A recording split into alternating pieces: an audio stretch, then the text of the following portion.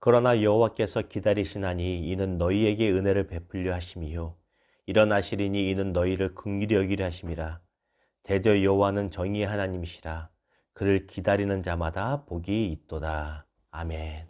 오늘 이 한 구절 말씀 가지고 하나님의 시간을 기다리십시오라는 주제와 제목으로 주의 마음을 같이 나누기를 원합니다. 여러분, 영화를 보면 참 속이 터지는 장면이 있고 또 똑같은 배경인데 시원하다, 긴장은 했지만 정말로 카타르시스를 느끼는 장면이 나올 때가 있습니다. 어떤 이야기냐면 예를 들어 이렇습니다. 적진에 들어간 침투한 사람들 아니면 적군의 침공을 맞는 병사들이 있습니다. 그런데 그 팀의 대장이 이런 명령을 내리죠. 기다려. 아직 쏘지 마. 내가 명령할 때까지 적들이 가까이 와서 성공할 수 있을 때까지 기다려. 아무리 위협스럽더라도 겁이 나더라도 기다려 말합니다. 그러면 답답한 장면 언제인 줄 아세요? 여러분 본 적 있을 거예요. 10명 있으면 9명 기다리는데 꼭 한 명이 겁에 질려서 먼저 총을 쏩니다. 아니면 먼저 뛰쳐나갑니다. 그러다가 본인뿐만 아니라 팀 전체를 어렵게 만드는 장면이 나오죠. 기다리지 못해서. 반대로 끝까지 기다려서 그 기다리는 동안이 굉장히 스릴 있고 굉장히 떨림이 있지만 결국 큰 승리를 가져오는 것을 보게 됩니다. 왜 이 말씀 드리냐면 우리의 신앙의 모습도 어느 정도 동일하다는 것입니다. 신앙이란 것은 기다림의 싸움이고 기다림의 연속입니다. 그래서 믿음의 고수를 누가 믿음의 고수냐면 믿음의 고수는 기다림의 고수가 곧 믿음의 고수라는 것입니다. 무엇을 기다릴까요? 하나님의 구원의 은혜를 신뢰하며 기다리는 것, 하나님의 구원하실 그 때를 기다리는 것, 이것이 바로 믿음의 고수라는 것입니다. 사랑하는 여러분, 하나님의 구원의 은혜의 시간을 기다리는, 또 기다리고 응답받을 수 있는 우리들 되기를 주님의 이름으로 축원합니다. 자, 오늘 본문이 이사야 30장, 이 전체는 하나님이 아닌 애굽을 의지하는 유다 백성을 향한 하나님의 권면이자 경계의 말씀이 되겠습니다. 누구를 의지한다고요? 하나님을 의지해야 되는데 자꾸만 애굽, 이집트를 의지하는 이스라엘, 유다 사람들의 모습이란 것입니다. 역사적으로 보면 유다 민족, 그리고 더 크게 보면 이스라엘 민족은 약소국이었습니다. 주변에는 항상 강대국이 넘실댔고 침략을 해왔습니다. 어찌 보면 우리가 살고 있는 대한민국과 너무나 비슷한 모습이기도 하죠.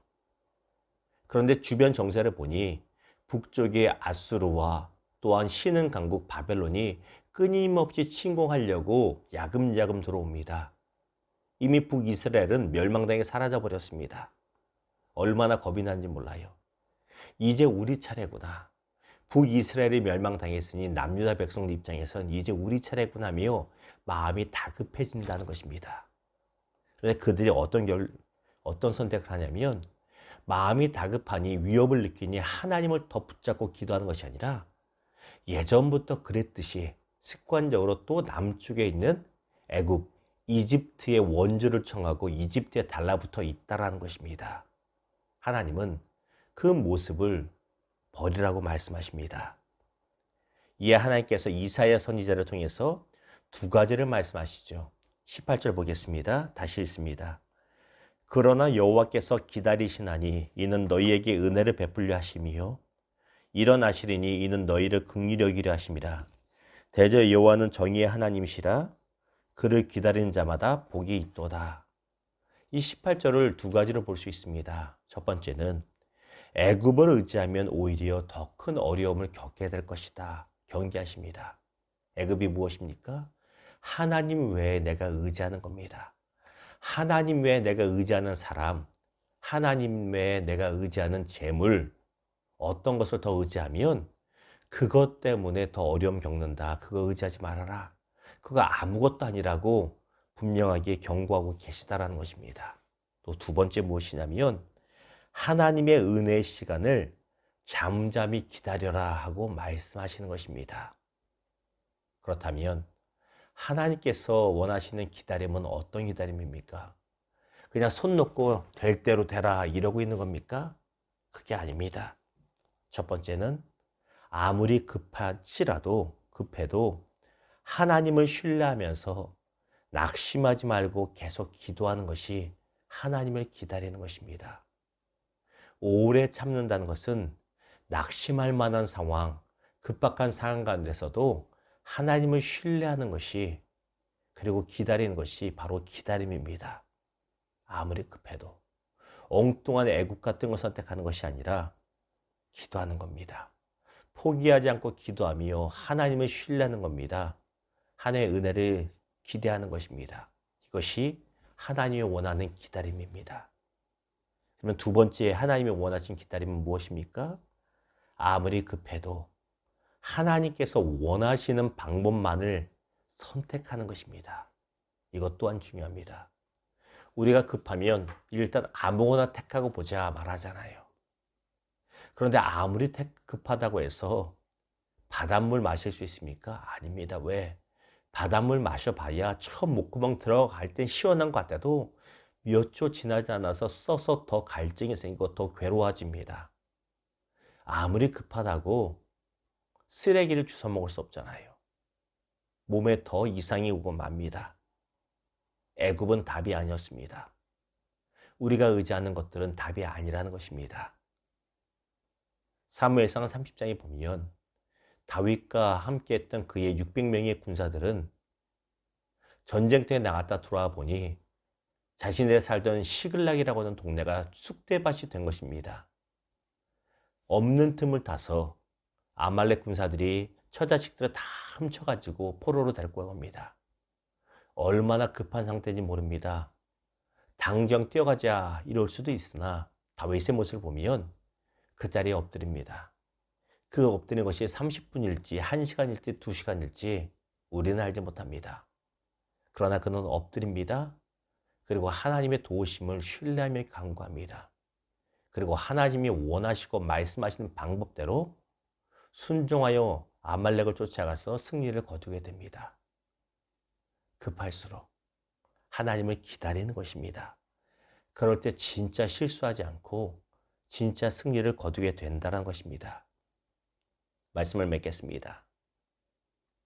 여러분, 프로그램 중에 보면 개는 훌륭하다는 프로그램이 있습니다. 여러분 아시죠?